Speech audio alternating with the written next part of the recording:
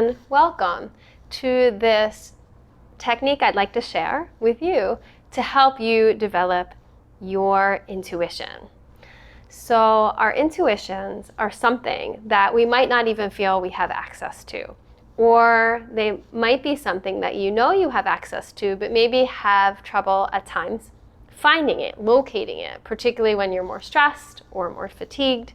And also, our intuitions are something as kids have not always been cultivated within us throughout childhood as something to be worked with and developed. And if anything, because of our societal strictures and structures and conditioning, our intuitions that might have been accessed when we were younger might feel like they were watered down or suppressed or pushed to the side.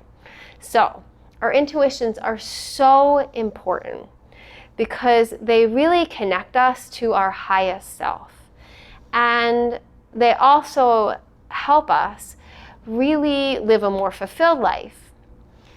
Concurrently, if you're interested in developing more psychic abilities, the foundation of that is your intuition. So with that said, this technique, you'll want a timer, you'll want something to write with, and paper. Now I say something to write with and paper because when we're connecting to our intuitions, one of the things that trips a lot of people up, which is totally normal and natural, is trying to hear the voice of the intuition versus the voice of our ego. Now, the ego is really important because the ego allows us to serve in our own unique ways and helps us function in the world. So the ego is really important, but in check, because we've got the ego, but then often the ego hijacks our minds and the voices that we hear within ourselves and takes over and can drown out the sound of our intuitions. So when we have a timer, when we have paper and pencil, that I find with clients works a lot better than computer, because the paper and pencil really gives, first of all, a very visceral connection to our bodies. So we're very grounded. Our nervous system's calm. Technology can usurp that. And also it gives the ego something to do. The timer as well lets our ego know, hey, you have this finite period of time. And it can make us feel more relaxed and also make our ego feel like, okay, 1 minute, I can sit aside a little bit and allow some other player to emerge, which is our intuition. So those are the thoughts around the strategy for this and why it's such a fantastic technique. It's called automatic writing, by the way. And so what you'll do is you'll get your piece of paper, whatever you're writing with, the writing utensil, and your timer. And then before you begin the 60-second only task, a couple things. It's really important that you're by yourself. So when we do different exercises to connect us to our highest selves, having solitude, having quiet, it's an ancient practice and such a wise practice because our energies do merge with other people's energies and we are affected by the things and people around us. And so when you're trying to hear the inner wisdom in the form of the intuition, it's really important to be in solitude. Even if you are with people you adore, it still causes interference with that aspect of ourself. So find a quiet space where you can be alone to do this practice. And then the other thing you want to make note of is to take about 30 seconds to a minute and raise your vibration, is what I like to call it. Now, this can mean different things for different people. Some people, it might be closing your eyes and taking 10 to 15 deep breaths. If that relaxes you, if that centers you, if that grounds you, and or brings you joy, all those feelings are symptoms, if you will, that are positive, telltale signs that your vibration is being raised. You could turn on music and dance. You could sing.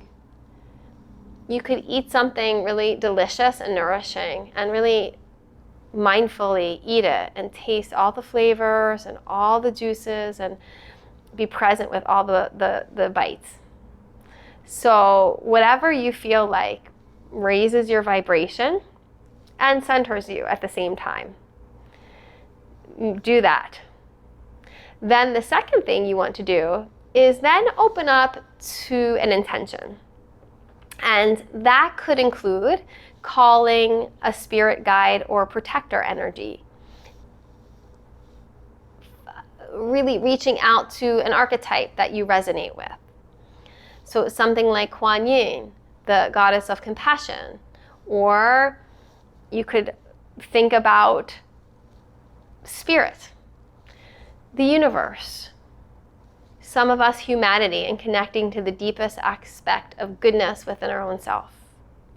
There are certain spirit guides you work with that you know, animal guides, etc., grandparents who have passed on, whatever is in your repertoire.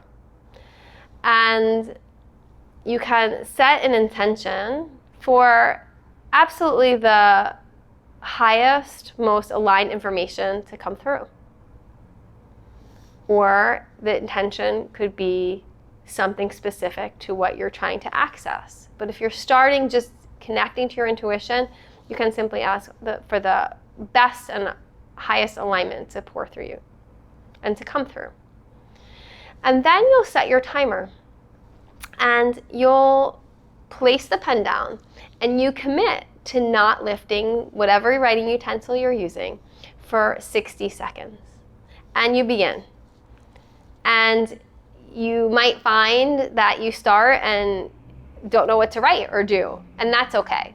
I had a client recently who was writing, "This is really stupid, I feel really contracted," etc. And then all of a sudden she wrote, "And yet you hold all the answers."